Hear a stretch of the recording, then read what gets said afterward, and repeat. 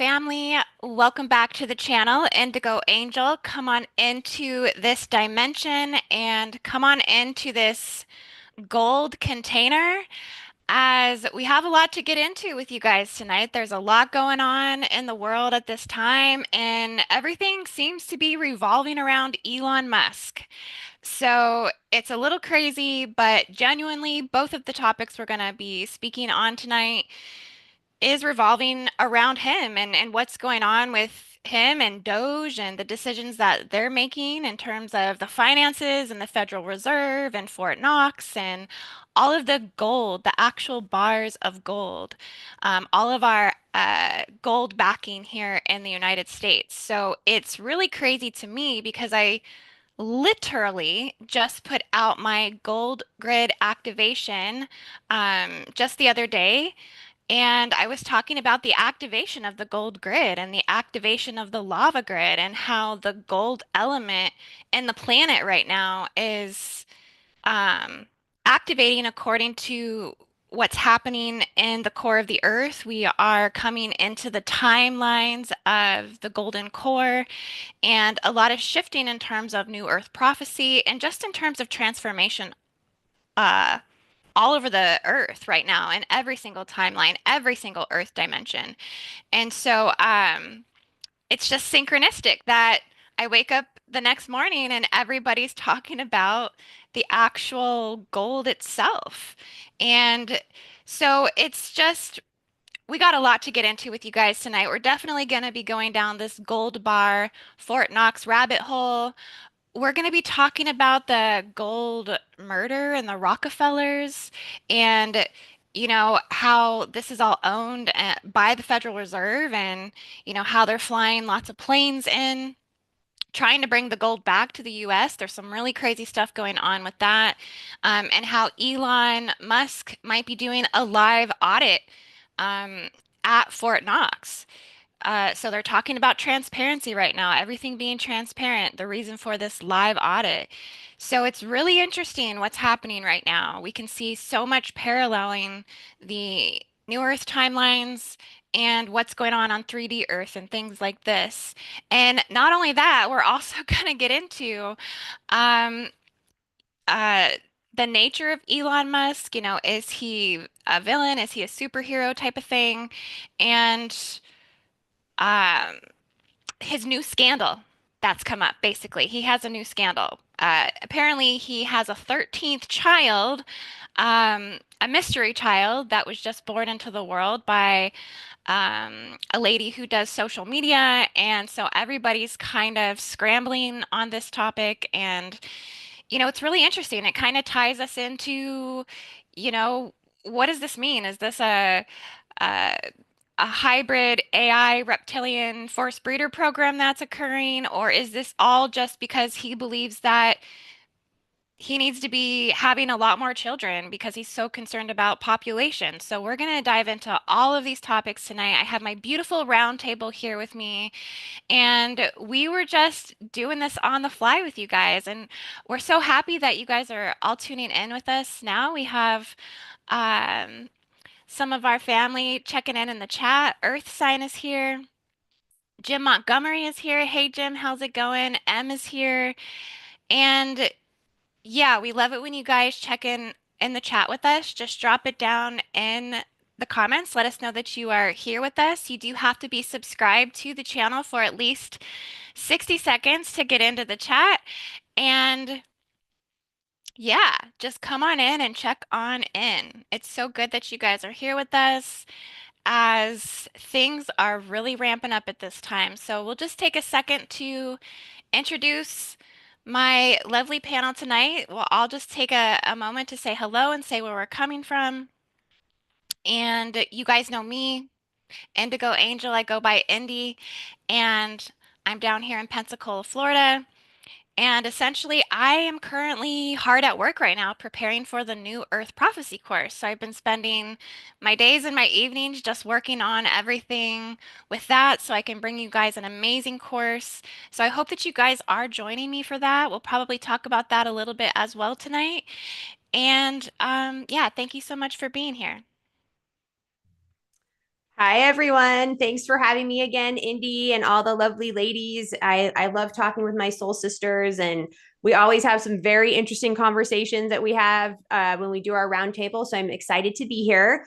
I'm coming from Ashland, Oregon, and everything seems to be pretty good right now, pretty mellow. So I'm happy to get into it tonight about Elon, especially. So great to see everyone again. Hi, everybody. It's Racquell coming to you from Vancouver in Canada. Thank you, everyone, for having me. Thank you, Indy, for inviting me, and it's so great to see all of you again. Yeah, I'm just excited for today as well. There's a lot of things to talk about, and of course, it's happening not just in the US. It's got implications even in Canada. So, let's go. I'm Missy, back from the Florida grids. I'm back in Edisto Island, South Carolina, where the Edisto Indians are from. And this is about an hour south of Charleston, where we are preparing to do the boots on the ground healing grid work, which is very important as far as the New Earth prophecy and the New Earth template. So I'm so happy to be here, Indian sisters and everybody in the chat. Well, thank you so much, uh, Missy, for that. And Raquel and Ani, thank you, ladies, for being here with me. It's always so much fun to have our roundtable discussions. And I just wanted to take a second to share my new emailer that I just sent out today because it kind of coincides with everything gold, talking about the gold grid activation and how this plays a pivotal role in restoring Africa's sacred energy centers by awakening its great central solar disks and ancient energetic nodes designed to dissolve separation, restore planetary harmony, and activate divine frequencies across the land. And in the New Earth Prophecy course, we're going to be doing a gold grid activation, and we're going to be working on a lot of these particular locations. Um, as I feel truly that African rift has a lot to do with all of the separation wounds that are occurring, all of the war, that's happening, and it's so interesting. It may be this gold and all of this coming to the forefront that's guiding us to, I guess, the core of the separation, right? And it does feel like we're just going deeper and deeper and trying to dissolve all of the separation, all of the fraud and abuse and all of the waste and all of, really clearing out the deep state, clearing out the globalist and all of this. So it's the gold, I think, is what's guiding us right now, which is really interesting to recognize and to tune into. So, yeah, this will be something we definitely focus on in the New Earth Prophecy course. And I did leave links down in the description. If you haven't signed up yet, we have, let's see, Tuesday, Wednesday, Thursday, Friday, Saturday. We have 4 days, 4 days left to sign up. And you won't want to miss this mission because this is, I mean, we are literally riding the golden wave of ascension. We are like gliding on it so beautifully, and we're, really picking up on all of the codes that we need to be getting right now at this time in terms of planetary ascension and transformation. And I just wanted to show you guys this picture really quickly. So this is actually a map of the gold reserves on the planet and all of the gold rich locations revealed. And when I saw this picture, I thought, could that be for real? You know, how could all of the gold really truly be, on the West Coast here in the United States and North America and South America? Because, I thought it was going to be Africa, but, if this is really true and this is an actual current template of this, why is that? Was all of this mined out of Africa and why there's not as much gold there anymore? And is that, why it's all over in the United States? Is this what's in Fort Knox? Is all of Africa's gold? I mean, it does pose some of these questions, like um, we got this picture off of a gold website. My friend actually sent it to me that just had like different types of minerals and where they were located in the earth.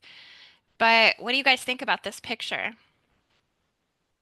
So interestingly enough, when you were talking, I was reminded of the Kogi, the Kagaba people that live in Colombia. And what they said is that when the conquistadors came and took all of they had a pretty high civilization, and the conquistadors came and stole all of their gold.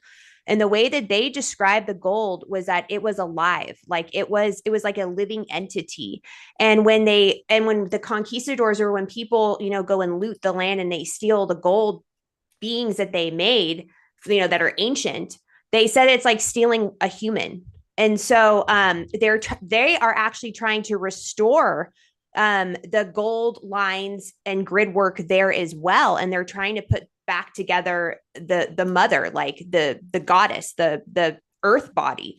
And so what's interesting about them is that they try and restore the lines by taking a gold string. So they had to get like a huge amount, I couldn't even talk, of gold string made. And they would start at one spot, like along the coast, and they would like run the gold string all the way like around, I don't know, and try and restore and heal the grids around there. So I just really found that interesting, what you were saying. Yeah. And how when I'm like looking at the map, just like where all the gold is fascinating. What you're saying totally makes sense. There is something about the gold, right? That, like you said, the spirit of it, the energy of it, it's intrinsically connected to the mother fabric of life, of all of creation. And so for us to be hoarding it and us to be backing our a monetary system, what's it called? The paper dot, the fiat system with the gold. I mean, this is something significant, and energetically, this must mean something so much more as to why currency has value itself, right? And that this is a living force. This is an organic living force, and this must be a part of the hijacking, like truly, of the organic system. Like this probably is the core of it. Absolutely. And yeah, it's very interesting to see if, when they do audit, if they will be able to find all those gold bars, but where are they going to take all those gold bars? And it's almost like taking like part of, like you said, like Earth's spirit, like her actual, like we're like, I don't know. It's like, that's the way I'm kind of feeling right now, like taking part of her chunks Like of her spirit. Yeah, like Or her like ether. her immune system and Yeah. her sustenance. Yeah. Well, I find it really interesting it's all on the West Coast here too, because I think this is really what the whole, Trail of Tears was about, and the whole expansion across the United States, in which, everybody was trying the gold rush. Yeah, the gold rush. Exactly. There's some stuff in Gold rush. Yeah. in Alaska too, right? It looks like a lot of stuff is in Alaska as well. I wonder if it's hidden in vaults in Alaska. That looks like a lot of gold there too. A lot of gold. And it makes you wonder how much gold is still in the ground here over on the West Coast as well. So then Yeah. that also makes you wonder too, like, I mean, yeah, there was a lot of gold there. Like, for example, the Inca, I don't know about the Inca. Maybe it is the Inca in Mexico, right? Where Juan Ponce de Leon, not Juan Ponce de Leon, but who was it? I'm not able to think right now, but the conquistador that came over, and like the Aztecs that came to the Aztecs. But that whole land, anyway, so there's all of like these, gold pieces and gold, kind of almost like regalia that they wear, but also in Egypt as well. So you wonder, did all of the gold that, the Egyptians get come from Africa or that area? Because it seems like it's on the other side of the Pacific. I feel a lot of it has been taken off planet as well. Don't you guys feel that too? I have a feeling that that's what's happened as well. Well, what's interesting too is when I was down in Florida, I happened to go to this Blue Springs, and we weren't allowed to swim in it because of the manatees. And we didn't see any manatees because I don't think they were in the area that we were in. They were further west by Inverness and maybe where Weeki Wachee is and things like that.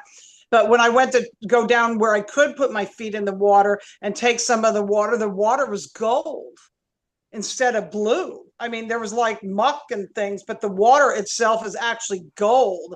And I kept thinking of all this Egyptian stuff in Ormus, and the real currency is the currency, the sea current, the water. And as far as Ponce de Leon, I actually went by, he was in Florida, and there's even a lot of roads that are named after him. And I went by a place when I was in St. Augustine that said Ponce de Leon's Fountain of Youth. Mm-hmm. Oh, that's funny. Yeah, we talked about this the other day. I remember the name. It was Cortez. Yes, yeah. And the thing is, they thought gold would make them younger. That's the obsession with what, like, monatomic gold now, that all this kind of stuff. So there's a whole spiritual piece with gold. Well, I think Indy just mentioned something about the fiat currency being backed by gold. I don't think that's the case as of now, and I think that's why everybody's running helter skelter, because I think since Ronald Reagan, he was trying to bring it back into into a gold-backed system, and he failed at doing that.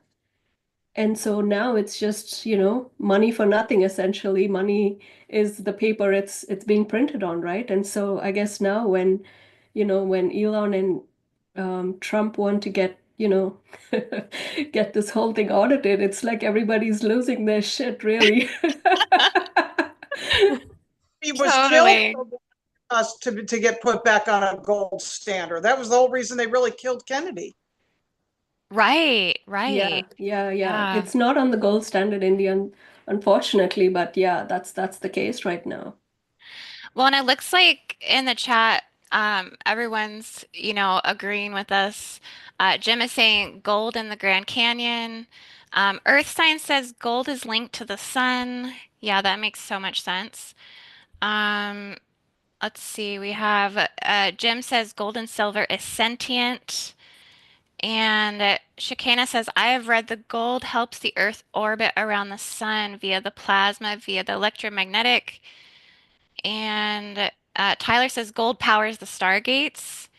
Yeah, well, that makes sense. I wonder if it's powering specific ones more so. Or, I mean, it would power all of them in a sense, but yeah, I do know some of the stargates are different. Like, Stargate 2 is a whole water stargate. I mean, me and Missy were just talking about that the other day, how Sarasota's, but the gold would be a component of it, right? It's not like it's something that's missing from the water. Um, And if you mix silver and gold together, you get electrum, and that's almost like a green gold. So you can actually melt gold and silver together, and then it becomes a metal called electrum. And there's also electromagnetic properties of gold itself. So there might be some type of, it might be like some type of conducting material. I can't talk today very well. That, somehow like electrifies the area or whatever. And if you were to travel through a Stargate, it could create something, in the quantum to be able to travel. Well, I say I do have this video that kind of explains the rabbit hole at Fort Knox and kind of what's going on. I'm sure everyone watching or tuning in has maybe heard something about this, but for those of you who haven't heard what's going on with the gold, let's just watch this video that I have on it, and because I think this will help define everything for us. And let me just make sure my sound is going to share. Okay, here we go. And just if everyone can just put a 5x5 when it starts to play, just let me know that you guys can hear it okay.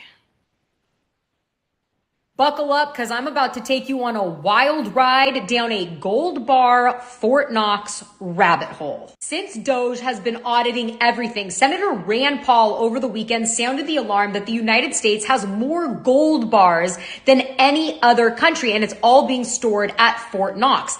But yet, it hasn't been audited since 1974. So he calls on Elon and says, hey, you might want to take a look at this. Elon Musk replies on Twitter and basically says, what? They haven't done an audit since 1974? Yeah, we absolutely should do that. In fact, he suggests doing a live video walkthrough of Fort Knox to ensure that all the gold is there. Now, weirdly, since he made that suggestion, there are reports that U.S. banks are flying gold from London to New York. And when I'm talking about gold, I'm talking mass amounts of gold, 8,000 bars worth millions and millions of dollars. Also, since this conversation started taking place, it is now raining all over Kentucky and Fort Knox and the surrounding areas are under flood warning. So no audits are going to be taking place, at least in the next couple of days. What's even crazier is that conspiracies around the U.S. gold at Fort Knox have been going around for decades. And in 1974, the same year that they stopped auditing Fort Knox, there was an article released that an anonymous source said that the Rockefellers were pressuring the Federal Reserve to sell Fort Knox's gold bars at a super cheap price to anonymous Europeans. After this was printed in the newspaper, the anonymous source was revealed to be Louise Boyer, Norman Rockefeller's secretary, and she mysteriously falls to her unaliving because she fell off of her 10-story balcony. How about that? Not only that, but the James Bond movie Goldfinger was Bond discovers Goldfinger's plan to rob Fort Knox of the gold. And who wrote the book Goldfinger that later became the James Bond movie? A guy named Ian Fleming, who worked for British naval intelligence during World War II. And back in the day, people believed that he was using real life experiences to write fiction that now became super successful. You could go a million different ways with all of this information. Was our gold previously sold to Europeans and now they're flying it back? Did it just happen to rain when an audit's supposed to be taking place? Did a counterintelligence individual try to sound the alarm back in the 50s, 60s, and 70s? I don't know, but I wanted to share all this information and I want to hear what you think about all of this down below. Buckle up. And I want to hear what you ladies think about all of this in the round table. So, yeah, right? I mean, Well, I think she rounded it up really well, right? She's hit the nail on the head. But in my opinion, Indy, this goes back a long way. You know, it goes back to I guess the 1913s when the Federal Reserve Act was first came into being. I read a little bit about this book called The Creature from Jekyll Island, written by G. Edward Griffin. And he writes about it like really well about how the Federal Reserve came into existence. And it was not, it was not a government entity. It was formed by these Illuminati bankers, right? And so they were essentially securing their own interests and not the interests of the country or the people. And so they met on on this Jekyll Island during Christmas when everybody was on vacation, and they sort of formed this Federal Reserve, if you will, which later on came into what is known now as the Federal Reserve Act. So this was around 1910 when they met. It took them like 3 years to get this passed in Congress because they essentially had to sell it to Congress, and they had to show Congress that they were doing something for the benefit of the people. But what they did was they had all these people essentially indebted to them because they owed them money, and so they used the usual blackmail in order to get everybody on board. Mm-hmm. And so through pressure, they were able to then pass it in Congress in 1913, and that's how the Federal Reserve came into being. But it was also backed by gold, and that's how they had the gold in Fort Knox, I suppose. That's where they kept it. But it was all certified, and it was all like secured against the money that they were essentially lending to the government through the Federal Reserve. Based on this particular agreement.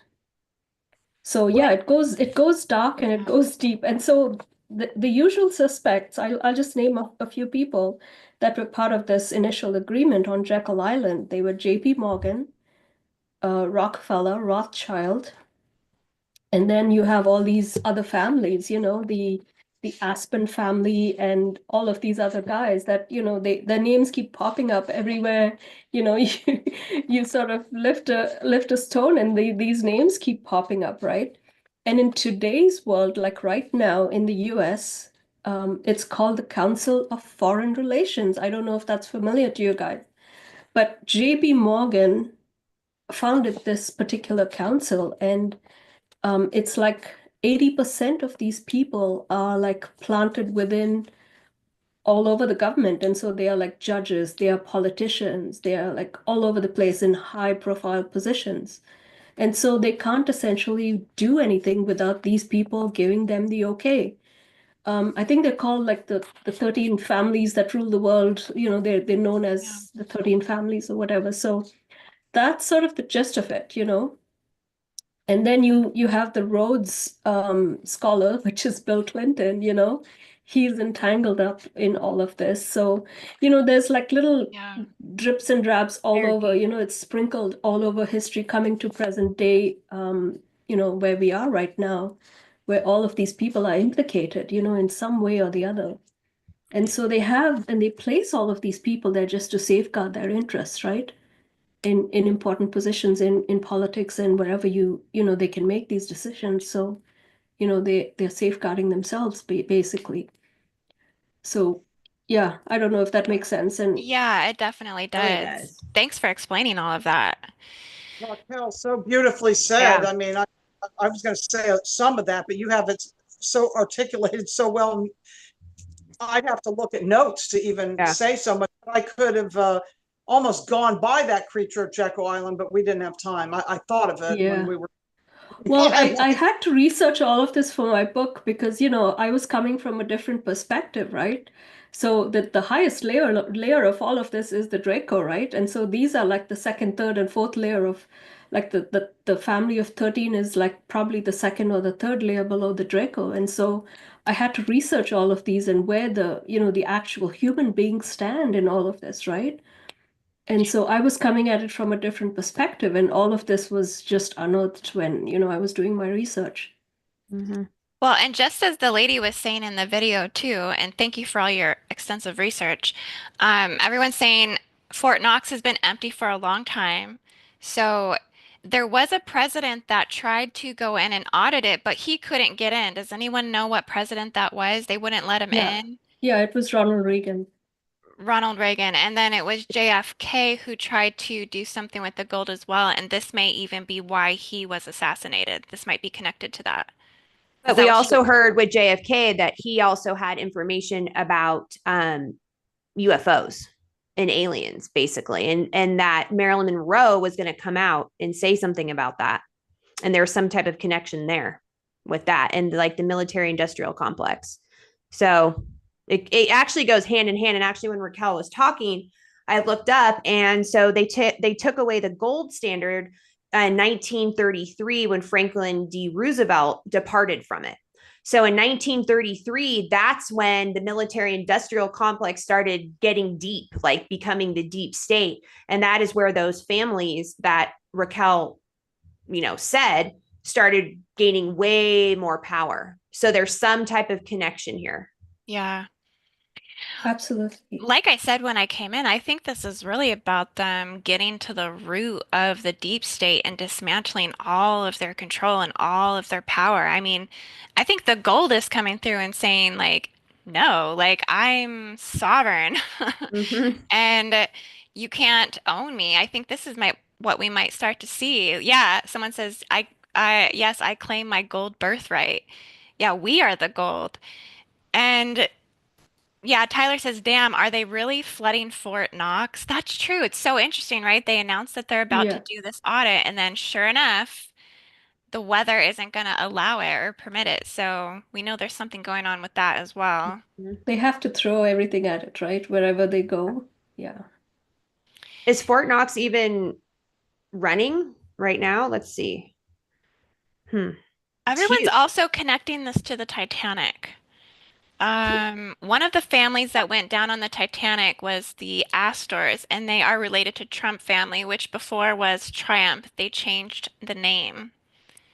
Wow. Yeah. So you want to hear something weird, you guys? They're all part of the 13 families. So Missy and I were talking yesterday. So the captain of the Titanic is my relative, my great, great, great, great uncle, great uncle, great, great, great, great, great. Yeah. It's kind of funny.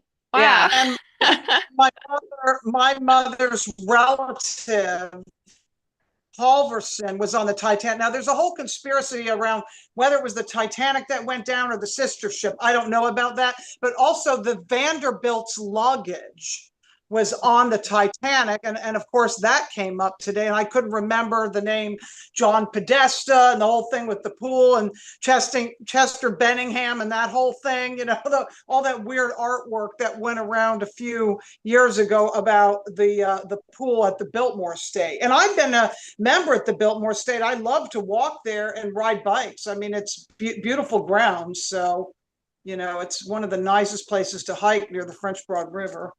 And because it is a historical place, I think it's important we keep our history intact. That's a whole other can of worms, hey? Yeah. I think they don't even know how much money is even supposed to be or how much gold is supposed to be there. Because I keep reading different articles saying like, oh, there's 6,000 tons of US gold there. And now I'm seeing something else that's saying, no, there's 4,500 tons of gold that's still there. So I guess it was Senator Rand Paul that's calling for the audit.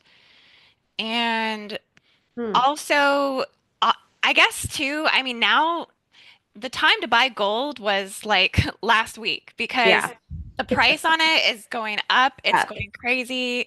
I guess now would probably even be the time to buy it as well. Because I mean, as this scandal unfolds, it's just going to continue to go up, appreciate even more. Yeah. Yeah, this is about to get really crazy. And, was this what Trump meant when he said, the golden age of America? Like, maybe. Yeah. If they do find the gold, he could bring it back as the gold standard. And I'm sure that would back certain things because if shit hit the fan, and we don't have any computers and you have gold, then that's where the money is, Yeah, for sure. Oh, So for there sure. was They're going to some- be doing everything they can to bring There was wealth back to the something country. when Obama was in power as well. He sent like all of these pallets of gold to Iran. I was told that it was in payment of some sort of debt, but could that be some of the gold and how that got sent off? I'm not sure about that though. Because I know there were like a plane load of it went to Iran in payment of some sort of debt that the US was in with Iran, and he paid for it with, gold That would bars. honestly disturb me a little bit if that's the Yeah. case. I don't know about you, but I wouldn't want the US gold going to Iran. Yeah. That would have been something under the Obama administration, huh? Yeah, it was the Obama administration. So I just want to go back to that video that you played, Indy, the lady that was, I guess they say she died, right? She was the secretary to Nelson Rockefeller. So, see that name pops up again. And so she was essentially blowing the whistle on these guys, and she had to pay for it with her life. I have that video you sent me. Do you want me to play that one where the guy explains this murder situation around the Sure, gold? it's more or less the same, but yeah, it covers that scenario. Yeah, you can play it. Okay, let's play that video. So the spot price of gold is $2,900. I can't believe that. Oh my God. So how much was it before? So did this just blow up over the last 2 days where this price just skyrocketed? Or because I don't think this was a gradual thing. I think this is something that just literally hit like a bomb. I haven't looked at it in a while. It went up about $300. And then, yes, from last year, though. So 1 year ago, it was at 2,000. And then I'd have to look even further back. During COVID, it was even lower. During COVID, it was 1,600. Yeah, last time I looked at it when I was interested in looking at it, was about 17 or 1,800. So that's been a while ago. And what I think silver was like $21 or 22 or it now it's up 33. Oh, is it 33 now? Yep. Oh. Yeah, it looks like Jim is saying it could be 70K per ounce, and silver historically is 15 to 1. Kristen says if they have a lot of gold and revalue it to a higher number, they could pay off the national debt and back the fiat dollar with gold. And the gold has been gradually going up over the last year. Okay. I mean, they kind of have to bring the gold back, because with everything that I think the BRICS is trying to do with the US dollar, and I know that's like something of concern as well because they're trying to depreciate it. So I think this might have to do with the conflicts with BRICS on some level too. Let's go ahead and watch this video. I thought this was a pretty good one. that you sent me, Racquell? Yeah, I think it's a good Naturally, one too. gold prices immediately began to soar. 9 years later, gold sold for $880 per ounce, 25 times what the gold in Fort Knox was sold for. One would think that eventually someone in the government would get wind of what was happening and blow the whistle. The largest fortune in the history of the world stolen. Shades of the old James Bond film, Goldfinger. Well, as a matter of fact, Ian Fleming, the author of the James Bond series, was head of the British counterintelligence service, MI5. Some believe in the intelligence community that he wrote much of his fiction as a warning, as many authors of fiction do. If the removal of all the good delivery gold from Fort Knox can be viewed as a deliberate raid on the U.S. Treasury, then such an operation might well have been years in the making, namely 40 years. Certainly enough time for Fleming to get wind of it and try to prevent it. So just how did the story of the Fort Knox gold robbery get out? It all started with an article in a New York periodical in 1974. The article charged that the Rockefeller family was manipulating the Federal Reserve to sell off Fort Knox gold at bargain basement prices to anonymous European speculators. 3 days later, the anonymous source of the story, Louise Auchincloss Boyer, mysteriously fell to her death from the window of her 10th floor apartment in New York. How would Mrs. Boyer have known of the Rockefeller connection to the Fort Knox gold heist? She was the longtime secretary of Nelson Rockefeller. For the next 14 years, this man, Ed Durrell, a wealthy Ohio industrialist, devoted himself to a quest for the truth concerning the Fort Knox gold. He wrote thousands of letters to over 1,000 government and banking officials, trying to find out how much gold was really left and where the rest of it had gone. Edith Roosevelt, the granddaughter of President Teddy Roosevelt, questioned the actions of the government in a March 1975 edition of the New Hampshire Sunday News. Allegations of missing gold from our Fort Knox vaults are being widely discussed in European financial circles. But what is puzzling is that the administration is not hastening to demonstrate conclusively that there is no cause for concern over our gold treasure, if indeed it is in a position to do so. Unfortunately, Ed Durrell never did accomplish his primary goal, a full audit of the gold reserves in Fort Knox. It's incredible that the world's greatest treasure has had little accounting or auditing. This gold belonged to the American people, not the Federal Reserve and their foreign owners. One thing is certain, the government could blow all of this speculation away in a few days with a well-publicized audit under the searing lights of media cameras. It has chosen not to do so. One must conclude that they are afraid of the truth such an audit would reveal. What is the government so afraid of? Here's the answer. When President Ronald Reagan took office in 1981, his conservative friends urged him to study the feasibility of returning to a gold standard as the only way to curb government spending. It sounded like a reasonable alternative, so President Reagan appointed a group of men called the Gold Commission to study the situation and report back to Congress.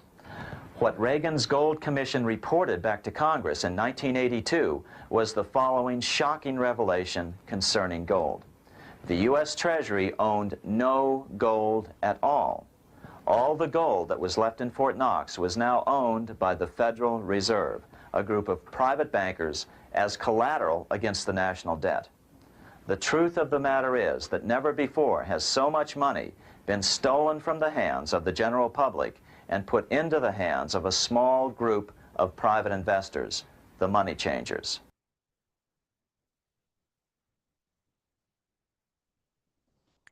You know what that had me thinking about? It's like we're clearing out the unholy trinity, which is London, I think Paris, and Washington, D.C. And it's kind of like the purge began over here in DC, and so it's going to start to trickle down, through London and eventually through Paris, France. I think because the deep state is, it's almost like, I think, was it Dan Cooper that said it was 200 corporations essentially is what the deep state actually was. And so it's really embedded into all of the governments. And I really feel like the head of it is in London. Yeah, I think so too. Yeah. Yeah. Wouldn't that be interesting? United States broke away from Britain, or I mean, like breaking away, like during the Revolutionary War. And then that is where the control is still. Wouldn't That's that what be they want you to interesting? think, though, Ani. That's what they want the people to think. Yeah. They are all working behind the scenes as one team. Yeah. When you think about it, like, see, these bankers, they're all one group of people, essentially, right? They're Yep. just scattered all over the world, and they groom their families, or they groom the people that they work with to essentially be like, gatekeepers for their wealth and their well-being. And so they implant these people in high positions, and they groom them in such a way that, if something goes wrong, then they know who to call when they're in trouble, which is what's happening right now. Yeah. And that's why they hate Trump, because he's the wild card in all of this, and Yep. he's like, walking into the temple and turning over the tables. That's what I But was so going to is say. Elon. They said it took somebody that couldn't be bought Yeah. to come in and dismantle it. Mhm. Yeah. Yeah, it's Interesting. like that Bible verse you were just saying, Raquel, with Yeshua going into with the money changers. I was thinking of that because the guy actually said the word the money changers. Yeah. It's like history is repeating itself. But yeah, definitely, I think, Elon and Trump are shaking things up big time. Big time. History is repeating itself because you hear the story that's unrelated, but I got to tell you this: there was a kayaker that got swallowed by a whale, and then the whale released him. It's just like Jonah and the whale. This really happened. Interesting. You are like the wild card, Missy. I know, Missy's our wild card. Well, I just had to bring that up because we're going biblical here. So Yeah. because of all these flood warnings and all this stuff, and all these earthquakes could trigger tsunamis, you're safe in the belly of a whale, right? So Well, isn't that what happened to Pinocchio? Yep. Didn't he get swallowed up in the whale? Yep. Bringing back some childhood memories here of watching that one. Well, yeah, I mean, well, like you said, yeah, I think it goes back to the monarchy. Someone here put Queen Elizabeth. Mhm. Goes back to War of 1812, U.S. London, who owns who? It's Anunnaki energy and hybrids running the Matrix. Totally. Yeah. Yeah, Well, it's the 13 families. Essentially, it comes back to that, right? And they're all over the world. They just have their little minions running around doing all the grunt work. the archons. Yeah. Yep. Archonic deception strategies. They're trying to create firewalls. They're trying to create what's it called? There's another word for it. Not a firewall, but it's A another type buffer? of wall. A buffer? A buffer wall or like there's another name for it. Can't think of it right now. But yeah, they create a lot of, illusions and deceptions, and it's just all buried up underneath so much history that it really requires a lot of people who know what's happened throughout time. And I really think that's what's happening. You see a lot of these old timers coming forward and like telling them what they need to do. Like Senator Rand Paul was the one who like brought this to the attention. I mean, isn't he like old? He's like 70s, 80s or something like that. So, Yeah. yeah. Well, even this guy, Edward Griffin, that wrote The Creature from Jekyll Island, if you look him up, he's been talking about this since the 1920s. And he's like he's a really well-educated guy. He's been like, I think he's a professor or something like that, but he's like really, really, well-to-do in terms of, like research. And he's been writing numerous books about this stuff going back all the way to the 1900s, like the early 1900s. And so, his book was written way, way back, and nobody would listen to him really because, they didn't have anything to back him up really. And then, he was thwarted by all of these people in government, and he's received, death threats and things like that. And so that's the go-to for them, right? You either kill them off or you send them death threats, right? Or you totally like destroy their name too. Yeah.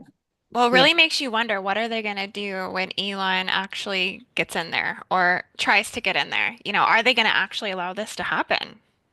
Well, I think he should do what he said he's going to do. Just go live and take a camera, and he should take Yeah. the president with him. He needs serious like backup. Yeah. Speaking of Elon Musk, okay, he seems to be like the octopus in all of this. He's like a hydra, with everything that he's connected to and involved in. I have a list here of everything.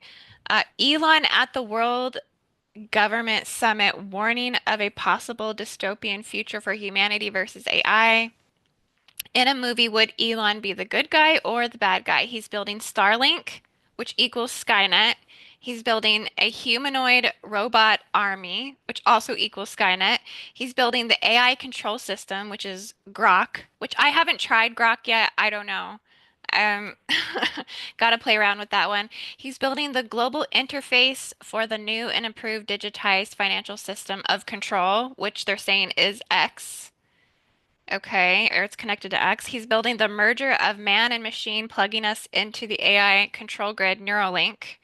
He's at the forefront of Agenda 21, which is Tesla and his Boring Company. He's pushing the mRNA gene editing technology. He's pushing universal basic income. And now he's got 4 baby mamas, maybe 5. We don't even know. So I think this was what I wanted to come back to, was this pushing of universal basic income. When I tune into that, because this is what I picked up on yesterday. Remember, I texted all of you and I said, I feel like why he is offering to do all this, why he's sleeping on the floor of, the USAID building or wherever he's doing his audits, I don't know, is because I think he wants this universal basic income thing to be a reality, that he foresees this being a necessity for his 2030 vision of the AI robots basically taking over. So I think that's why he's like, oh, we got to fix up everything with the finances so we can hurry up and get us in a position so we can do the universal income and have all the robots. Yeah, and he also said too, he said that in the future, I think I sent it to you. I'm not sure, but it was on one of the X. Okay, I don't know, one of those videos. But he basically said that in the future, we probably won't even need money because all of these systems will be taken care of already. So then what is money then? And so it just brings up a really interesting question. And yeah, we're definitely going down this. He also said too, in that, that there will be those that are able to use their intelligence to be able to work with the AI. And then there will be those who will be losing their intelligence and will basically be like drones. Because if you don't use it, you lose it. And so if everything's done for us, what are we going to gain? How are we going to work our brains? So Right. Good point. Maybe I should go ahead and play this video with him then. This one is okay. I just want to plant one small seed there. This goes back to the World Economic Forum and their agenda too, right? Aren't they wanting that income to come in as well? yeah. So it's really dangerous ground. I don't know. It could be a good thing, but at the same time, we still don't know what the repercussions are and what the back end is and what they're hoping to achieve with it, right?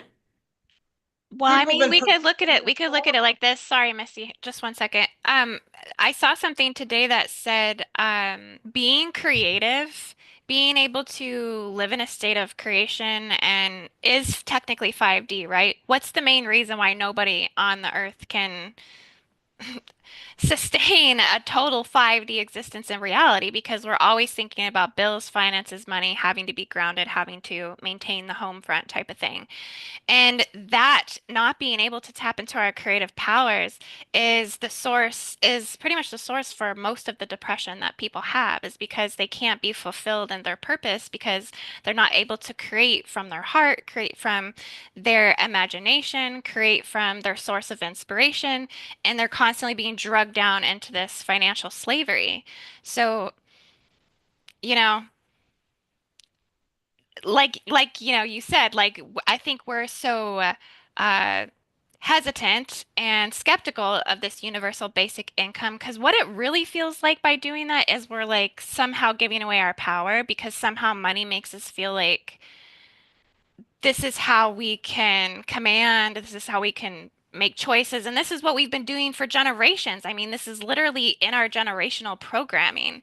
So it's really going to take something significant to deprogram that generationally and find a new way of existing where maybe we can have the ability to tap in. But I don't know if I like the idea of the robots coming in and taking over all of the jobs. I mean, it's definitely something that we have to approach in a way in which, like I think Elon says in this video, where it's setting things up in a way that the AI is programmed with morality on the behalf of humans, so that way it doesn't take away from.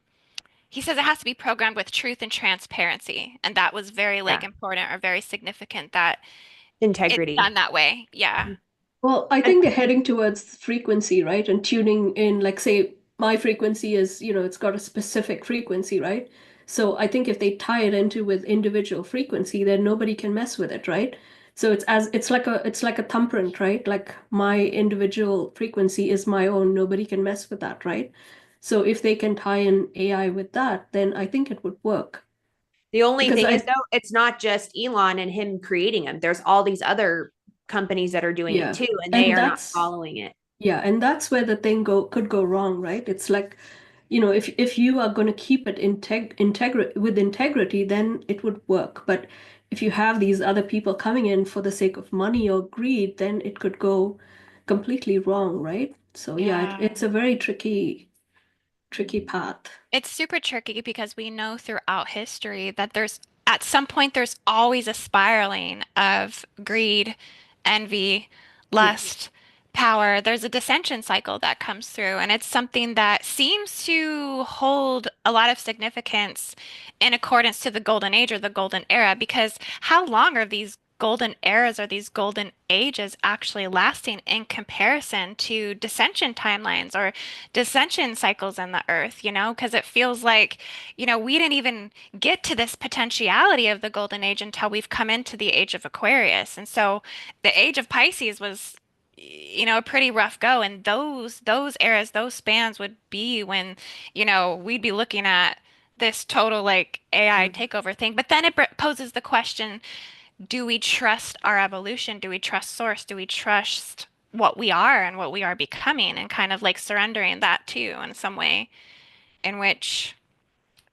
Well, and I think what you said is very important, right? Like, if you leave all of this aside, like if you leave the political scene aside, if you leave the government aside, it comes back to your own creativity and what you are here to do, right? And that again comes back to your spirituality and, your connection to the higher realms, if you will.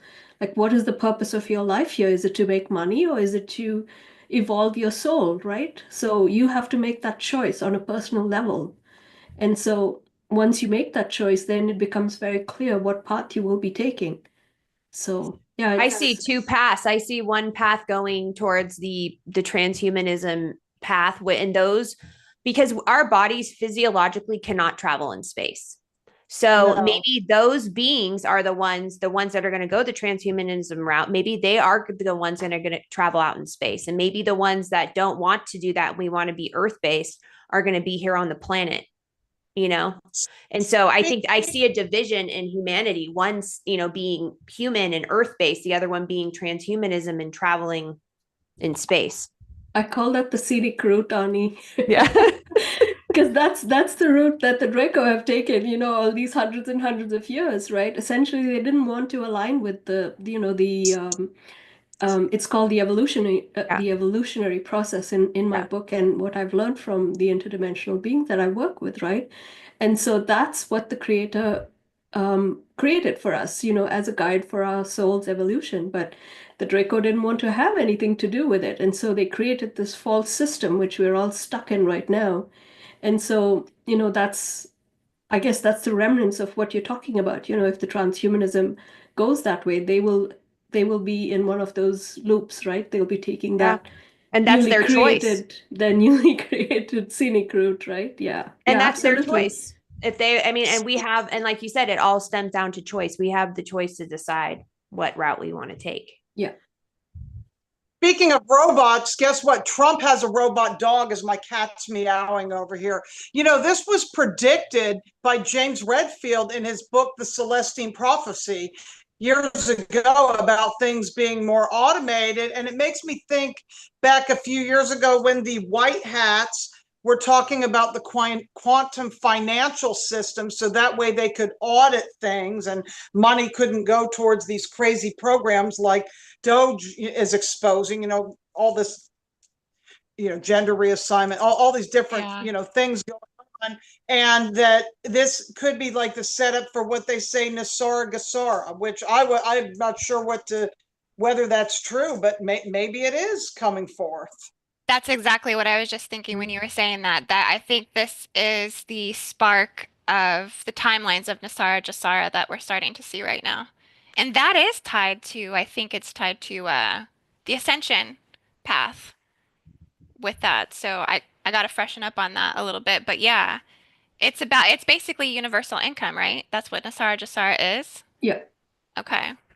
But then there's that other thing that they said during Agenda 2030, you will own nothing and be happy. Be happy. And which is that 15 city thing, but now that America is like the new Atlantis and the Gulf of America, instead of it going towards China, maybe that's shifted. I don't know. Well, do we want to watch this video here that we have of Elon talking about all of this? And then we'll maybe riff off it a little bit. Okay, let's do that.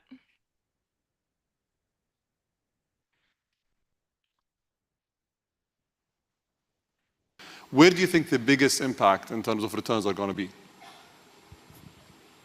Well, I think once you have humanoid robots and deep intelligence, you basically have quasi-infinite products and services available. So with Tesla building the most advanced humanoid robot, then those humanoid robots can be directed by deep intelligence at the data center level. You can say you can produce any product, provide any service. There's really no limit to the economy at that point. You can make anything, provided, like I said, so I'm not sure at that point will money even be meaningful. I don't know. It might not be. Because the economic output is productivity per capita times how many people do you have. If in the form of humanoid robots you have no meaningful limit on the number of robots, and the robots can basically do anything, then you'll have a sort of a universal high income situation.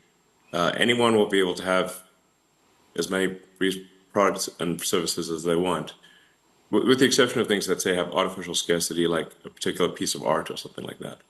But for any goods and services, they'll be available to everyone. So you've been... It's going to be a very different world, In fact, I recommend that people read maybe the Ian Banks, the culture books, for a frame of reference. Because money is really like a database or an information system for resource allocation. But if you don't have a scarcity of resources, it's not clear what purpose money has. Have you watched the movie Idiocracy? Yes. How do you guarantee that we don't end up in that world if we don't need money, if AI can think for us and do all these tasks, if as people, we're dependent on something else to run the society and everything around it? How do we not end up in that world? In the long term, I mean. Well, I think Idiocracy was basically saying that if smart people don't reproduce, but only dumb people do, then everyone's going to be dumb. I mean, that's basically what it was saying. That's the opening sequence of Idiocracy. The first 10 minutes are amazing. And I hear people unironically say the statements that are said in the opening sequence of Idiocracy, where they don't have, they're too busy with their careers to have kids, and they keep postponing having kids for their careers until they're too old to have kids, and then they don't have kids. And I've heard many people be like that. So, yeah, I mean, I don't know. I think we might be headed to a bimodal human intelligence distribution, where there's a small number. It's kind of maybe more like Brave New World, Aldous Huxley, where you've got sort of a small group of very smart humans, but then maybe the average intelligence drifts lower over time, potentially. Because we have assortative mating, in the last few decades or several decades that did not exist before. So, but human intelligence, I think, will be dwarfed by machine intelligence. I'm not sure how to feel about that, except that it appears to be inevitable. That at some point, human intelligence will be a very small fraction of total intelligence. Digital intelligence will be more than 99% of all intelligence in the future. So hopefully the computers are nice to us. But I think wishful thinking. Wishful thinking. I hope so. I think it matters how we bring up AI, because you can think of AI like a super genius child, but it still matters even if you have a super genius child. What sort of values do you instill in that child? What do you say that teach that? How do you, as a child's growing up, what values do you teach the child? And something that I think is extremely important is to be maximally truth-seeking. And I think that's in some sense, what's the most important thing for AI safety? I think it's to be maximally truth-seeking. And I think also curiosity is important. And I think if it's curious and truth-seeking, it will foster humanity, and because it would be curious about how humanity would develop. And so I think that then it would probably, if it's curious, it would be curious about, okay, let's see how the humans do. Let's foster their development. And if it's truth-seeking, we can avoid dystopian outcomes. An example being say when Google Gemini was programmed to make every output be diverse, even if it didn't match reality, so it was asked to produce an image of the founding fathers of the United States, and instead produced an image of a group of diverse women, which is factually untrue, But the problem is if hypothetically an AI is designed for DEI, diversity at all costs, it could decide that there are too many men in power and execute them. So problem solved. Or it could decide that that misgendering is the worst thing that could possibly happen. In fact, I believe, not to pick on Gemini, but I think because ChatGPT has had this issue too, is if you ask the AI which is worse, misgendering Caitlyn Jenner or global thermonuclear warfare, and it said misgendering Caitlyn Jenner, which is troubling. Because then it could decide, and in fact, even Caitlyn Jenner weighed in and said, "No, definitely misgender me. That's way better than nuclear war." But if you have these crazy things that are untruthful, that are programmed in, that don't reflect reality, then you could have a very dystopian outcome. To give you another example, like Arthur C. Clarke, who was very good at predicting the future. You know, he did 2001: Space Odyssey. Many of the things he predicted, in fact, well, I think almost all the things he predicted came true. And one of the things he was trying to say in 2001: Space Odyssey was that you should not teach AIs to lie. So the reason that, if anyone's watched that movie, the reason it wouldn't, the AI refused to open the pod bay doors to let the astronaut back in, was because the AI had been told to take the astronauts to the monolith, this alien artifact, but also that they could not know about the monolith. So it came to the conclusion that it must take them there dead. And so that's why it wouldn't open the pod bay doors. The lesson there being is very important for AIs to be truth maximizing. Let's hope it doesn't come to that. That was kind of long. Yeah. So we have some comments here in the chat. Yeah, M says Elon is an AI puppet. Earth Sign says, where's the off button? Yeah, I mean, I think when we watch this kind of stuff, I mean, we have to definitely filter it through our own lens, and we have to, I guess, be careful what we're really bringing in, and trying to make those grounded decisions about reality, what's real and what's not, I think we do have to question his morality. We do have to question his motives. We do have to question his bigger picture. It is troubling that he does have so much mesmerization by the international community. I mean, you see he's addressing like an entire Arab nation here. And, everyone's watching him as if, he's the man. He has all the information. So they're really kind of taking in everything he's saying. So I mean, he's influencing the technological revolution on the planet. And I think people do see him kind of like the head guy of that. So I mean, we do have to hold him accountable, I think, to whatever his morality and motives are. And I think one crack that we've seen with it recently, Ani, is this whole scandal coming up with his 13th child. And looking at who he's selecting as his mates, I mean, that can kind of tell us something for one. I mean, if he's so concerned about intelligence, and I think he's also selective upon what's valuable and what's not according to intellect. You'll notice that he favors one child over the rest of his other 12.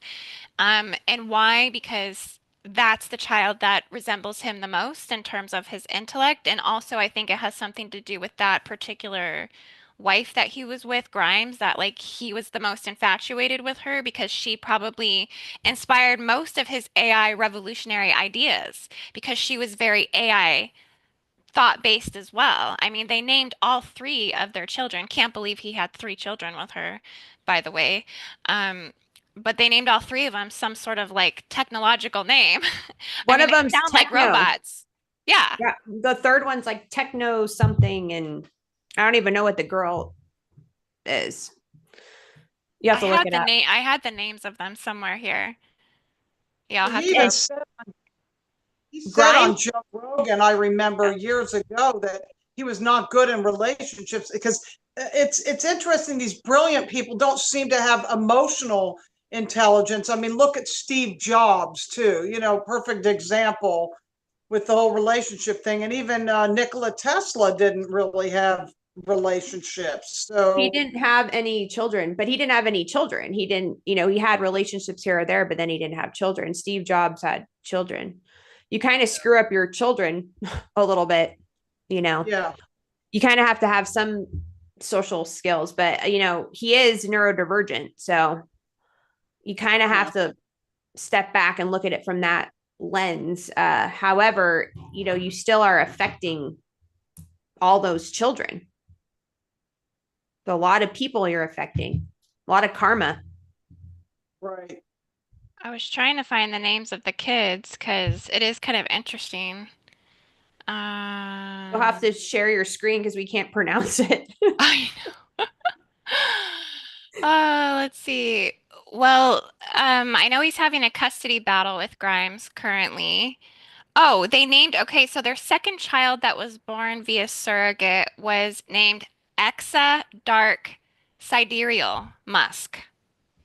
Exa Dark Sidereal Musk. Why would they name her Dark? That's interesting. Who they call Y for short, so they have X and Y. Yeah, I guess she was born via surrogate and the birth was a secret. I don't know why she would have 3 children with him. I mean, she can't even get custody of the one. And again, I think this plays to his favoritism. He clearly favors X out of all the other kids. And is that why he's having so many at the end of the days? Because he doesn't think they're all going to be winners, so he's just waiting for the ones that have the right genetic code to pop out, so he can keep that one as his protege. You can see that X is clearly being groomed to be Elon's protege. Yeah, his name is XAEA12. They call him sometimes XAI Archangel, and X for short. Yeah, they call him Archangel. Oh, I don't like that AI Archangel. Ugh. That's creepy. Can I plant a seed going back to his birth, I guess? Yeah. Yeah. So he's part of the Illuminati family, unfortunately. And this has come through from a testimony by somebody called Jessie Zabota. She's right now like a whistleblower, and she's a federal witness. And she's come forth with all of these different things. And she was, I guess, groomed as part of the Illuminati family along with Elon. They were kids together, being groomed together. So she knows him, excuse me, from the age of 3 to I think about 9 is when they were training together. And so she's talked about the projects that they worked on together, and they were groomed in all of these dark arts, if you will. So it's like, and they obviously have like I guess what would you call it, like clairaudience and clairvoyant sensitivities as children, right? And so that's why they're selected to do all of these things by their Illuminati families, I suppose. So they were both groomed. And the projects that she mentioned were Project Looking Glass, Star Wars Now, and the Voice of God project. And so all of these are like, they go into like mind control, they go into like looking into future eventualities and future timelines. But what you have to think about is it comes back to very dark ideologies, if you will, because it's the Luciferian Brotherhood, it's the Order of Melchizedek, and it's very, very dark.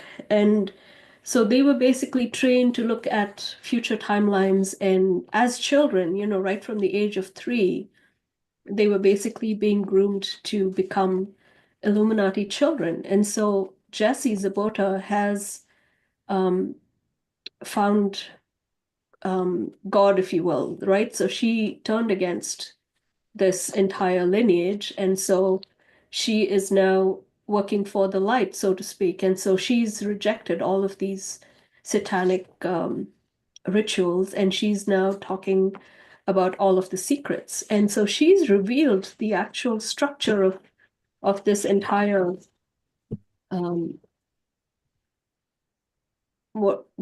I don't know. I guess you could call it the economic, the political, and the spiritual structure of how this whole thing works, right? And so they have like, and she's named people high up in the political structure. She's got like presidents. She's got like Bill and Hillary Clinton in there. She's got the Obamas. She's got all kinds of people that she's named. She's gone into the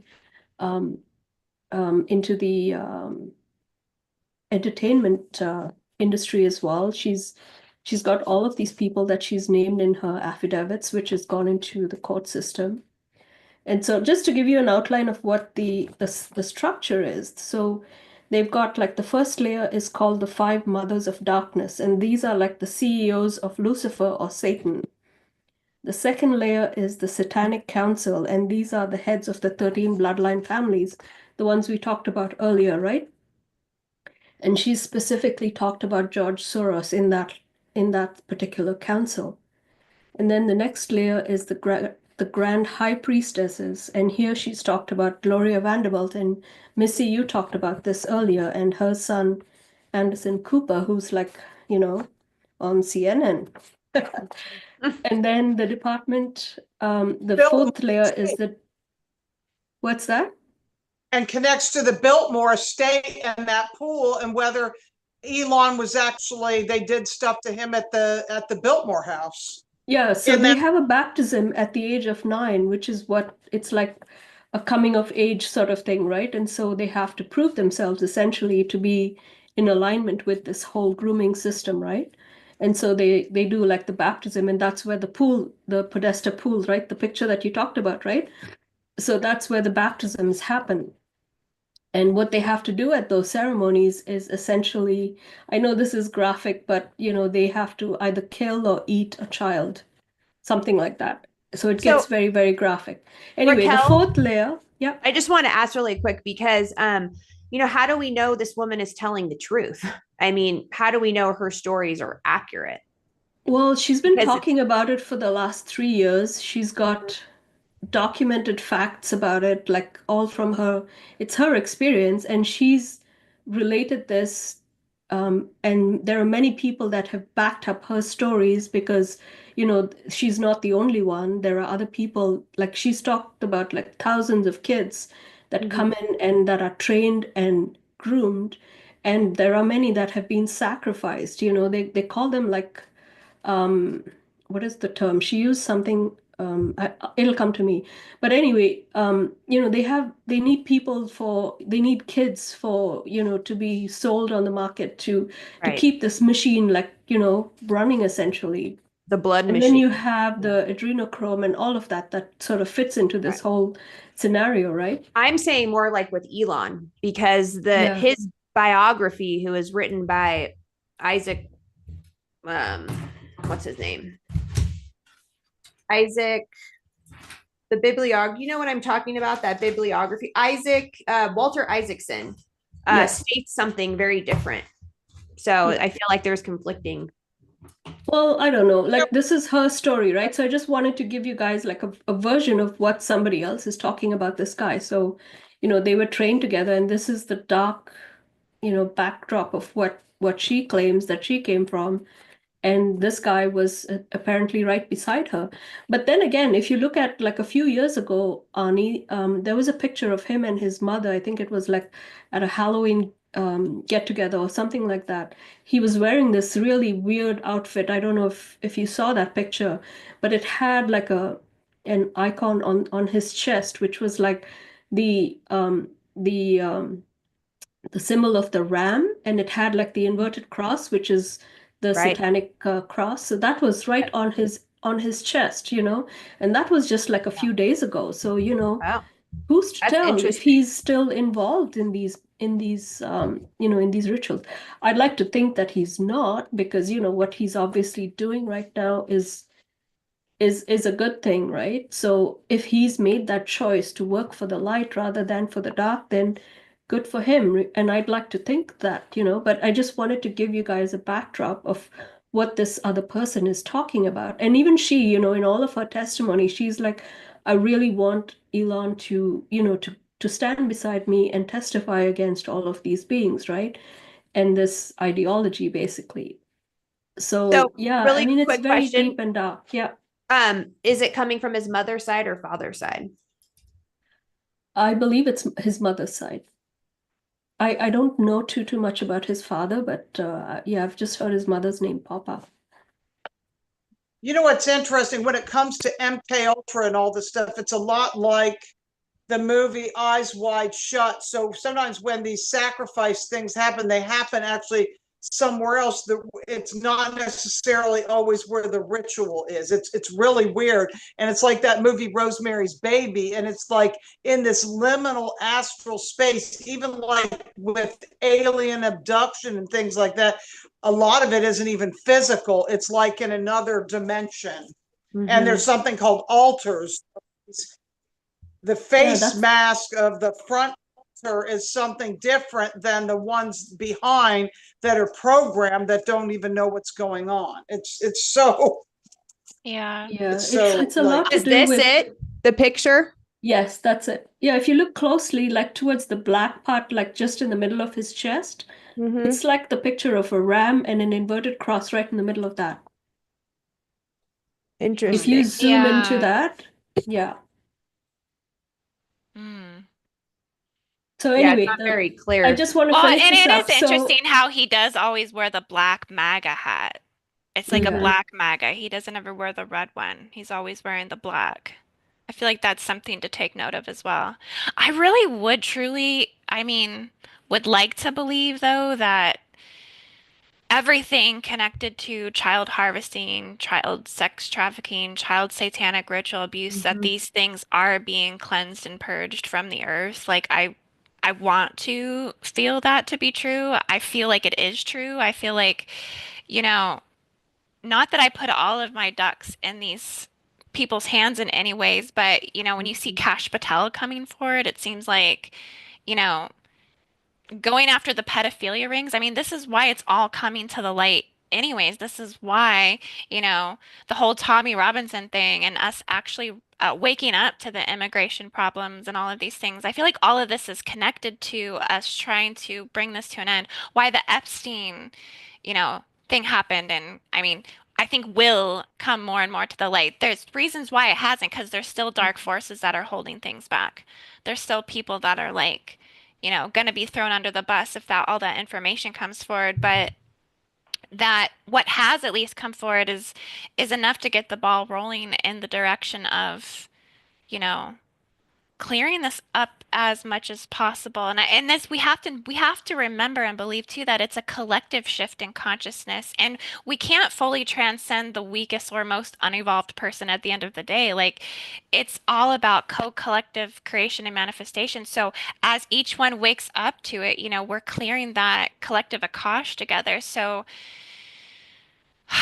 I know you guys know the process of it all, but when you think about it, he could just as well be trapped in this whole situation, right? And wanting a way to get out, right?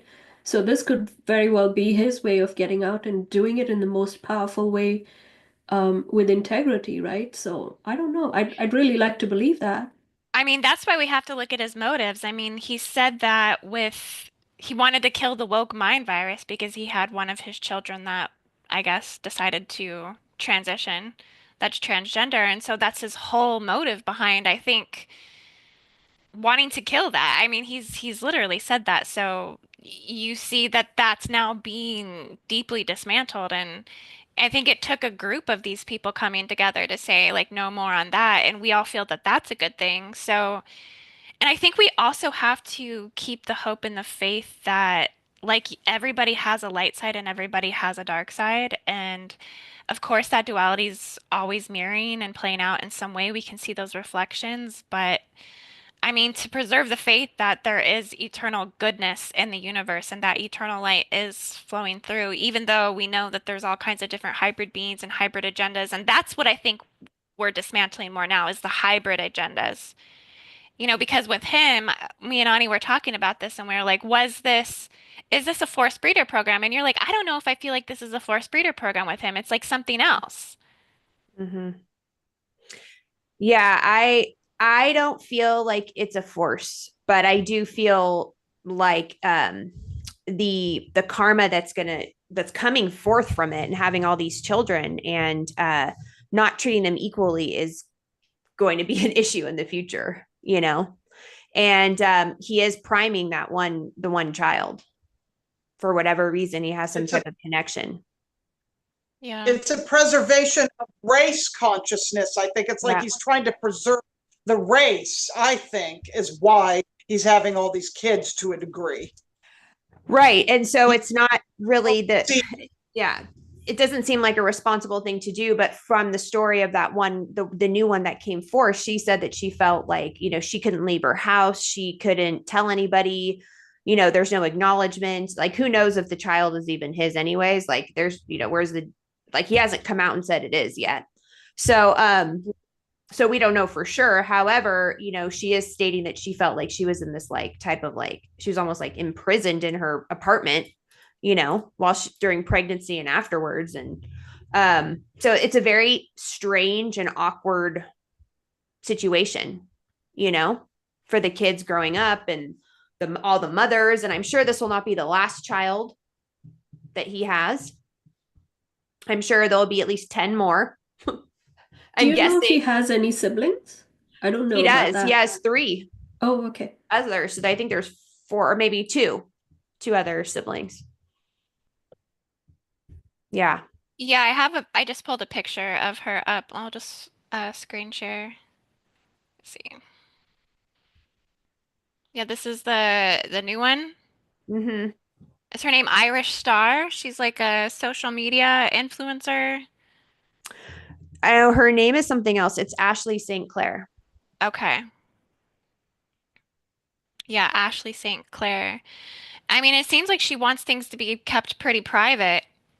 Like, she's pretty upset that people are dragging her into the limelight when it comes to this, and that she had pictures of her being posted nude when she was 15 years old. Like, they're really trying to throw her under the bus, I guess. But I mean, again, I think this is why this comes back to his morality, looking at what is he choosing to do, because I think in terms of the female collective anyways, we look at things like that, because we would think a man of high honor would be more respectful. More respectful, exactly. Yeah. Be with one woman, maybe a woman of a higher a woman that has class, a woman that is more has etiquette and elegance and higher consciousness. But it's like he's kind of chasing these I mean, to me, she's just kind of like an average girl. I mean, there's really not much too special. She doesn't seem like she's very artistic. She's more of a social media politician. She's more following politics and things like that. So I don't know. It's just a strange thing. Yep. I think it goes back to not having emotional intelligence again. Yeah. Yep. Definitely. Well, let's see what everybody is saying in the comments here. Victoria Rowe, he's a magician. Trapped in violence, glorified, personal, transmute our inner darkness to light. Oh, yeah, we have to have discernment. I absolutely agree. My boy, I raised Gemini, like both Cain and Abel. He's much happier as Abel than Cain. I think there's some conversations going on here. Yeah, Jim says check her post on X. I haven't gone over to her page yet to check it yet. A woman with honor and purity agreeing with us. Yeah, you think he would be choosing something like that? Because it's kind of like he's just just pollinating anybody, and that's she's an empty soul. Yeah, she does. The one I liked the most was Grimes. I'll be honest with you. I liked Grimes. I was a little, I mean, at least she was innovative, she was kind of had her own thing going, her own artistry going. Even though it was kind of a strange pair up with those two. Elon's apparent salute pretty much got me seeing him differently. Yeah, the Nazi salute. Does anyone have any comments to the Nazi salute that he did? I don't think it was was that a neurodivergent move? Yeah. Oh, yeah. Because he was getting excited. So he's, look at, if you go around autistic children, they do that. They move like that. They get all excited like that. He's like, yeah, yeah. And it looks like a Nazi, but he was excited. He was touching his heart and then going hi, everybody. And he was jumping around. So that is a complete neurodivergent move, in my opinion. But that's just me being around autistic people. So I know how they behave. I think that was misunderstood as well. Yeah. Victoria says black maga means black magician. Could be. I mean, I think Yeah. we all teeter on this fence when it comes to him. Like we're not entirely sure. You know, we've been going back and forth on the subject of Elon for quite some times, and we always come back to the same place. Like we're still like not sure. Mhm. I think we should do a gridwork mission on him alone. And Elon just Musk take Gridwork. away all the darkness from his soul. Yeah. Well, I mean, remember with that one guy, what's his name? Matthias De Stefano, he brought up that really interesting point where he, his name, Elon, Elohim, Elion, the Yes. Elonhim, Gonna bring that up. which We were is, talking- and Elohim means powerful ones, and it's plural. It's plural though in Hebrew, but I find that fascinating. Like, is there some type of connection there? Should we watch this video? The true nature Sure. of Donald Trump and Elon Musk? Yeah. Yeah, let's check this one out because this kind of goes into that. That will be the last video that we watch. Okay, check this out, you guys. Who is Elon Musk? What is the energy of Elon Musk? Is he an alien? Oh, that's a lot of talk here. Elon means tree, is a specific tree. And I have been in ceremonies where some beings from other levels of consciousness, they have explained me and had mentioned him with the name Elohim under a Musk. So it's basically Elohim under a Musk. So he said, from the origin of humanity towards the new world. And, in history, Elohims are different aspects of God, like archangels for the Greek tradition. And there are embodiments of different powers that can change everything, that can transform everything. And I think that. He's a vessel for a powerful Elohim that can change everything. And but the Elohims are radiation. So it means that archangels are not like just simple angels that come with wings and are like lovely. Archangels and Elohims are basically powerful light that can kill everything if it's not measured, that can destroy everything around if they are not in the purpose center. If they are in the center, they can transform everything. If they are not in the center, they can destroy it. So it's just the same energy. It's like Shiva. So Elon is kind of like that. And I think I'm trying to summarize a lot of things, but and I think he's very useful for the system, and he's gonna help to change everything, but only if he comes back to the heart, because he's now in the mind. Through the mind, he's not gonna heal this planet. He's gonna destroy. Seems like he has a desire to go to the heart based off of things I know about him from people that know him and parties they've been to with him and whatnot. He has a tendency towards. I'm totally sure about. Yeah. People like that. I have experience with working with some people like that, influential, like billionaire type people, and it seems like that is the hardest thing in my limited experience, is like to get out of the mind. It's almost like they're like trapped in the mind. Yeah. In a way. Yeah. And the mind gives so many answers that they think they have the answer. And that's one of the things. So I think one of the greatest changes that we have to go through in the next 10 years, it's going to be, how do we bring those people, the ones that are going to actually do the change of the planet, to the heart, and to let them understand that the heart is not about love. What is the heart about?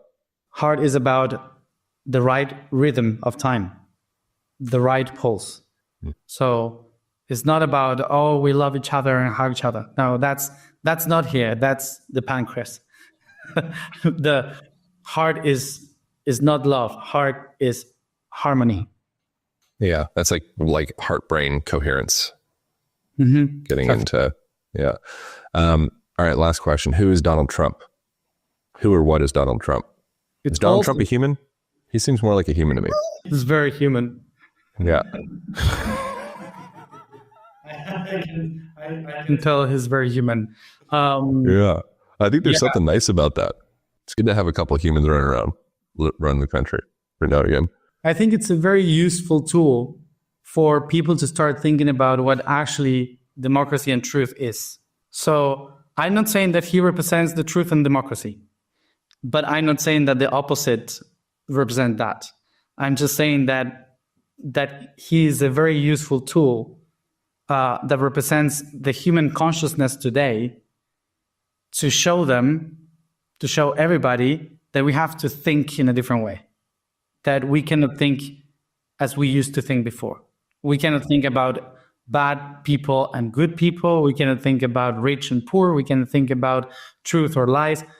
There's much more, and we have to start to reframe that. And I think that he is a tool for that. Can I just make one correction on the Elohim? He was not fully correct. I know that it was coming from his vision, but based upon the two biblical scholars, one of them's Paul Wallace, and he was a bishop and taught biblical studies for multiple years. And then Mauro Biglino is also a biblical scholar, and he translated in Hebrew for the Vatican, the Pentateuch. So he translated, and both of them argue that the Bible is basically paleo contact, and like the Elohim were multiple, called the powerful ones, and they were not God, but they were, basically, aliens coming down here and messing with humans. And so what they say is the Elohim are translated as the powerful ones, and there was 200 Elohim that came down here or came on Earth. And that very much parallels the Nephilim story, though. Yeah. The Elohim, I feel like, are the Nephilim. So the Nephilim are the children. So the Elohim, the 200 of them bred with, breeder program, took women and bred with them, basically. And then their children are the Nephilim, which were the ones that went freaking nuts and crazy. And so I just wanted to be clear on that. And if anybody wants to go look it up, read Paul Wallace's stuff and Mauro Biglino, but they completely and utterly advocate for paleo contact. And they actually, a lot of people have tried to discredit them, but they're very, very good scholars. And so when you say paleo contact, what do you mean by that? So paleo contact is basically ancient contact of, UFO type contact, but ancient times. So thousands of years ago. And so they are both arguing that they think that the Bible is a story that has been completely and utterly, destroyed, and, the story has been ripped apart and rewritten, but it's an ancient story stemming back thousands and thousands and thousands of years, probably the original where humans when they actually did get genetically modified. So it's a very, very, very old story. Missy, you're muted. Which takes us back to the gold. Yep. Yeah. God, little g, God's with a little g, Right. And I know Christiana Dean called it first, there was the Elohai, and then when they were corrupted, it was the Elohim. But you know what I was thinking? We need to pull Elon's chart. We need to look at his astrological chart. Then we can figure out what. Yeah, I've done that before. It's actually on my website. If you go to my website under my Starseed readings, we could look at it. But I just want to comment too. Shannon says this brings me to our session yesterday, what we found under the ocean. Yeah, we did a clearing, and because this has got me thinking about the Elohim and the Nephilim too. We went inside the earth and then seen the Nephilim inside the earth. They're hiding. They were chained up inside the earth, and they were angry over the crystals and the selenite. So for some reason, what I came to this thought the other day is that they never left the earth. They came here because their planet and I don't know why, but I feel personally that there's some type of connection to Mars. And I know people would argue against me, but I think that for some reason I have this intuition that there has something to do with Mars. And when Mars was beginning to be destroyed, they came here because they needed a planet to live on. And that's why there were 200 of them.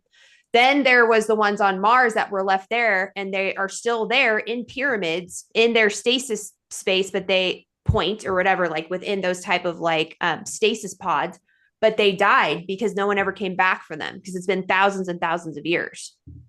And I It don't think almost makes me feel like they would have been the Anunnaki then, because it's like whoever descended at Mount Hermon, I mean, that was not very far from Uruk and ancient Babylon and ancient Sumeria and the Persian Gulf. Like it's all I very think they are. connected. Yeah. I think that Nibiru is Mars. I almost want to do deeper research into this, like where I can like put the puzzle, like I have to go back and read the cuneiform text myself, but yeah, just to do this like deeper research and start putting the puzzles together. But I have a feeling just intuitively. No, that Mars. feels very resonant to me as well. And it also feels like, I mean, I've done remote viewing on Mars, and I feel like this also ties into the gold. I mean, I've done deep dives on it where I seen that they were taking the gold off planet and taking it to Mars and removing the value system off the planet. So they were using it for their technology. I think that's what they were doing. And also maybe for those type of stasis pods. That's why they were able to live for thousands of years, because they within those pods, maybe they use gold somehow to, who knows, like for the technology of it, which could keep them alive longer. Do you think that's why he's pushing to go to Mars? Yeah, I think that right. Yeah. Right? He's like, that's his driving force right now, right? And it feels like some sort of time traveling in the past. Like, yeah, like going backwards in time. We were talking about the Zechariah Sitchin and the mining for gold and all that stuff with the, you know, that's why they tweaked the human. They genetically modified the humans for that purpose. Yeah. I think, yeah, Adam and Eve, they were the first genetically modified, probably humans. Or in the Garden of Eden, that is where the genetic modification. So they landed in the Garden of Eden, force bred them or force mated with Eve, and she was the first woman taken for the force breeder program, and castrated the men. I mean, the men that were here, right? Yeah, that totally makes sense. And it's going back to the Elon. Well, the only reason why I started going down this path was, what Matthias said about Elon, Elohim, Elonhim. I'm like, wow, that really resonates. Yeah, it really does resonate. Well, and that's the thing too, is because the Elohim, I mean, that's the duality with it. Like they're good and bad because supposedly they're also the protectors of creation. And, you know, like a lot of times when I've seen them energetically, they're more or less geometrical constructs that actually hold like the rainbow spheres, like the creation spheres in the planet, like the actual hologram for that. And so it's very confusing. I think I like what the Mateus guy said there at the end, because he said that we're going to be moving into a time where we can't think in duality anymore. This is the problem with it, is we're thinking in light and dark, we're thinking in good and bad, and that this could be an old way of thinking. If we are truly shifting into the gold grid, the gold activations, the gold quality, wealth, and value is returning to the places that it belongs, right? Starting with the United States, starting with this in terms of a planetary level as well. And this also connects to the volcanoes, the volcanic systems as well. But that this is somehow pulling us out of that positive and negative polarity, that this will pull us into the null factor, the RH null in the blood, and that we'll be getting, you know, this is all New Earth prophecy stuff, but that shift will have to occur. Consciousness will have to, because, right, the way we think is the basis of duality. It's all within the mental spheres of the mind. So that's going to have to change for us to, we can't see things as light or dark. We can't see people as light or dark. We can't, you know, we got to somehow pull that, because we do have an inclination to do that. You know, we do have an inclination to demonize and to, you know, look for the dark. And it's all the way that we think, and which creates the reality and the dimension we experience. So I wonder what, like he was just talking about the heart connection to frequency, right? I wonder if that's where AI is going to go eventually, and maybe there's a connection to the goal there too. it's got AI it. can help us and tell us whether we are connecting to our heart. I mean, well, that's something outside of us, but they can monitor our heart rate. Yeah. Yeah. Well, this has been an interesting conversation. We never know which way it's going to go entirely, do we? It's kind of like throw it out there and see what comes up. But I think we definitely hit it on the head with this whole Elohim conversation, like definitely bringing that in. I mean, because we've questioned so long, like, is he an ET, this or that? This makes the most sense, actually, Mhm. with him. Yeah. Yeah. Yeah, And the I have name a feel Musk. I have a strong feeling about his connection to Mars. It could be that he's had a past life and that some of his energies are trapped there, or his family or his soul family is somehow connected and is trapped there. There's something to do with that. I can't really get a lot of clarity on that, but there's something that's pulling him towards Mars. So it's got to be something connected to his soul energy. Shannon says Mars is where Elon's soul was captured when I did the session with him. Um, Oh, wow. There you we go. did his soul retrieval again. This was in December, but his soul was in chains. He was not willingly there. Interesting. Yeah. See, that's definitely something that, Willingly at Mars or in Mars. Yeah, that might be what she means. Mhm. Soul is in chains. He was not willingly there. Maybe willingly on Mars. Yeah. Well, yeah, there's we did something see definitely the there. other day him going into that trance state. So, I mean, he is connecting with something. Mhm. Yeah, That clearly Musk something was name, coming the through. last name Musk, I think of, Animal Musk, cologne, and there's that whole breeder thing going on with the musk, with the smell, the And if Alex Cortez is still watching and Jim Montgomery, they donated. So thank you guys so much. We really appreciate that. It helps so much. Yeah, thank you very much. Put little hearts. Well, yeah, this has been an amazing show. Thank you everyone for watching. Is there anything else you ladies would like to say? Anything to sum it up anymore? I think we pretty much got everything out. So yeah. Yeah, just so you guys know, we are gonna do the New Earth Prophecy course. I think we're starting Saturday, so I hope to see you guys there, and links are down in the description for that. I hope you will be joining me, and it was lovely tuning in with you all, and I hope everyone has a beautiful evening, and namaste, peace, have a good night.